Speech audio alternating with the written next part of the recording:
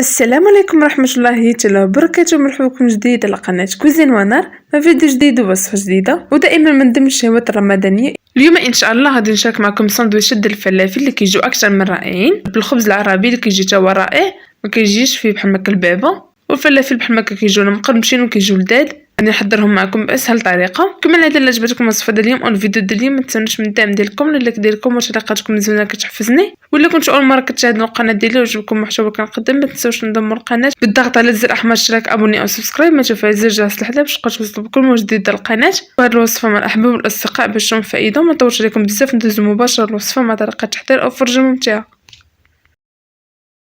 فبسم الله بركة الله. اول حاجه كنبداو بها هي الخبز العربي اللي غادي نحتاجو فيه نصف كيلو ديال الدقيق الابيض اللي مهربل من قبل، ملعقه كبيره ديال الخميره الفوريه كما كتلاحظوا كتبقى على حسب الجو. غادي نزيد عليها ملعقه كبيره ديال السكر حبيبات اولا السكر سنيده والقليل بحال ما ديال الدقيق، وغادي نخلطوا هاد الخميره مع هاد العناصر كما كتلاحظوا. غادي نزيد عليه من الماء كيكون دافي ما كيكونش سخون، كيكون غير دافي.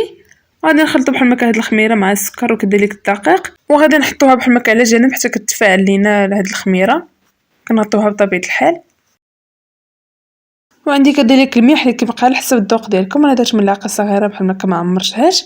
صافي هنا من بعد ما تفاعلت الخميره كما كتلاحظوا كنضيفها بحال هكا لداك الدقيق. صافي غادي نجمعوا العجينه ديالنا بالماء كيكون دافي. غادي نضيف 2 كيسان ديال الماء، ودائما الماء كيبقى على حسب النوعيه ديال الدقيق. وغادي نحاول بحال هكا نجمع العجين ديالي.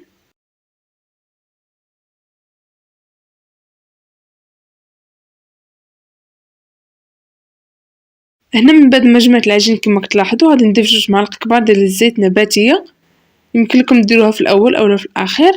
صافي غادي نحاول بحال ما كندخل هذاك الزيت في العجينه كما كتلاحظوا. غادي ندلكها مزيان وغادي نغطيها وغادي نخليها بحال ما كتختمر ويضاعف الحجم ديالها. بالنسبه للفلافل اللي غادي نحتاجو فيهم عندي 2 زلافات ديال الحمص كما كتلاحظوا كيكون مرطب ليله كامله، وبنفس الزلافه كنعبروا نصف كميه ديال الفول كما كتلاحظوا. اللي ما بغاش يستعمل الفول يقدر يستعمل غير الحمص حتى هما كيجيو رائعين.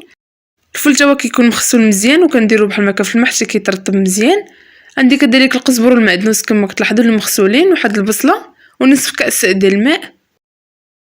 عندي كذلك في التوابل 4 الفصوص ديال الثوم كما كتلاحظوا كيس ديال خميره الحلويات وملعقه كبيره ديال الكمون والملح اللي كيبقى على حسب الذوق ديالكم. صافي هادو هما المكونات اللي نحتاجو. في واحد الهاشوار اولا في الخلاط ديالكم كنضيفوا كاع المكونات كما كتلاحظوا اولا كاع العناصر الحمص وكذلك الفول والتوابل.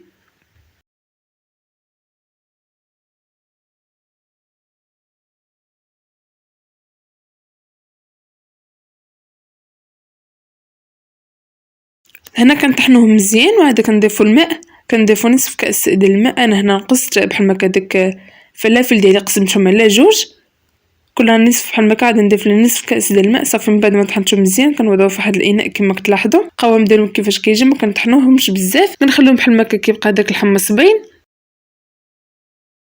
صافي هنا من بعد ما طحنت الفلافل ديالي كما كتلاحظوا الشكل ديالهم كيفاش كيجي كيتشكلوا معنا بكل سهوله ما كيتفرتوش كما كتلاحظوا. صافي غادي نغطيهم وغادي نخليهم بحال هكا حتى كيشربوا هذوك التوابل.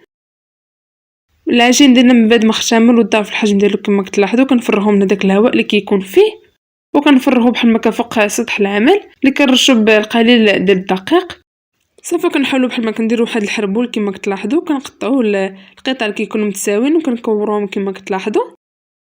دائما كنستانوا بالدقيق وبالدلاك كنسرحوا بحال هكا الوحدات ديالنا كما كتلاحظوا على هذا الشكل على شكل دائري.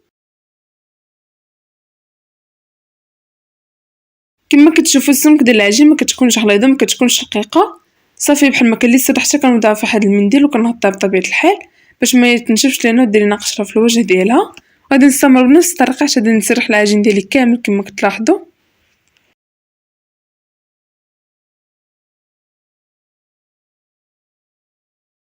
من بعد ما سرحت العجين ديالي كامل كما كتلاحظوا كنوضعوه في واحد المنديل وكنغطيوه وكنخليوه يرتاح 5 دقائق. من بعد ما كدوز 5 دقائق على العجين كنوضعوه في واحد المقلاة اللي كتكون سخونه. كنوضعوا بحال هكا العجين ديالنا وكنبقاو نقلبوا فيه باش كيتنفخ وكيجي على هذا الشكل كما كتلاحظوا كيتنفخ معنا بكل سهوله. النار كتكون مهيله ما كتكونش مجهده. صافي كنبقاو بحال ما كنقلبوا فيه حتى كيطيب من كاع الجوانب، كيطيب بسرعه راه ما كيتعطلش. صافي كنحطو بحال هكا العجين ديالنا كما كتلاحظوا، كنقادوه الا كنعوج. صافي ها كنحطها بحال هكا، كتبقى دير دوك الفقاعات كنقلبوهم مباشره. كنبقاو بحال هكا مستمرين بالتقلاب باش كيجي بحال هكا من الفوق وكيجي خاوي من الداخل.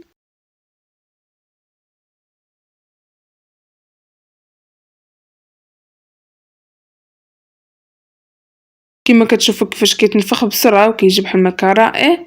غادي نستمر بنفس الطريقه حتى نسالي العجين ديالي كامل على هاد الطريقه، ولا كنحيدها بحال هكا كنوضعها فواحد المنديل باش تبقى سخونه ومحتفظه على الطراوه ديالها.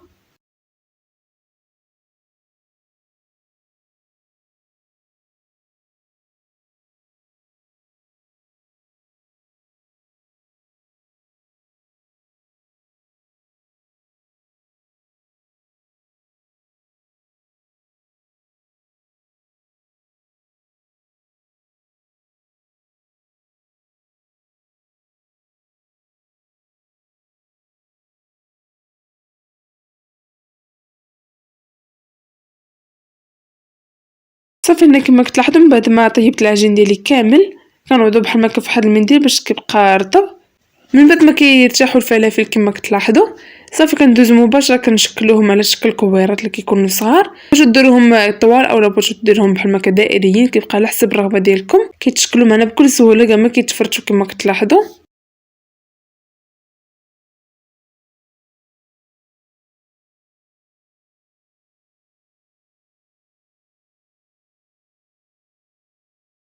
بعد ما شكلت الفلافل دولي كاملين على هذا الشكل كما كتلاحظوا غادي ندوز مباشره بحال ما كنقليهم في الزيت اللي كتكون سخونه باش ما كيتفرتوش معكم.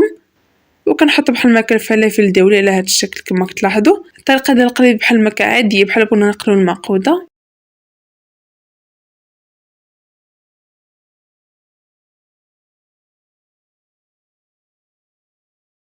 وكنخليهم بحال هكا حتى كيشدوا راسهم، عاد كنبداو نقلبوا فيهم باش ما يتفرتوش معنا.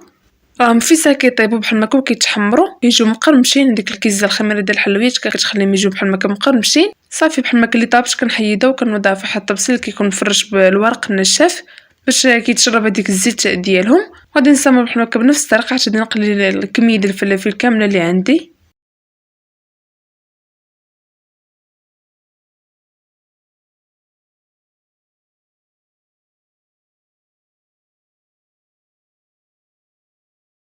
من بعد ما قليت الفلافل دولي كاملين كما كتلاحظوا كيف ما كتشوفوا كيجيو بحال هكا رائعين كيجيو مقرمشين.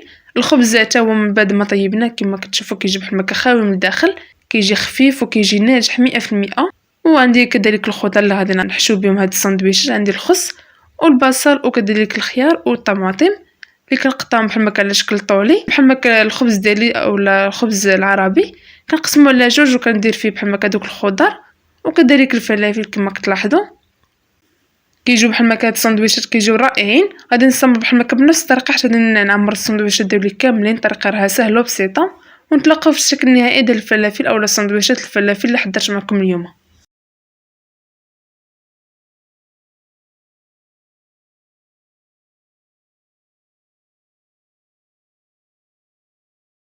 وكيكون هذا هو الشكل النهائي ديال الساندويشات الفلافل اللي حضرت معكم اليوم.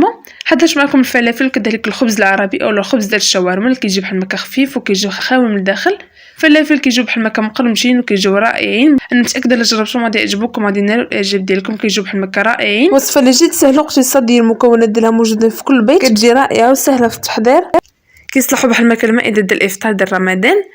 وكما العاده الا عجبتكم الوصفه ديال اليوم او الفيديو ديال اليوم ما تنسونوش من الدعم ديالكم. اللايك ديالكم وتعليقاتكم زوينه كتحفزني.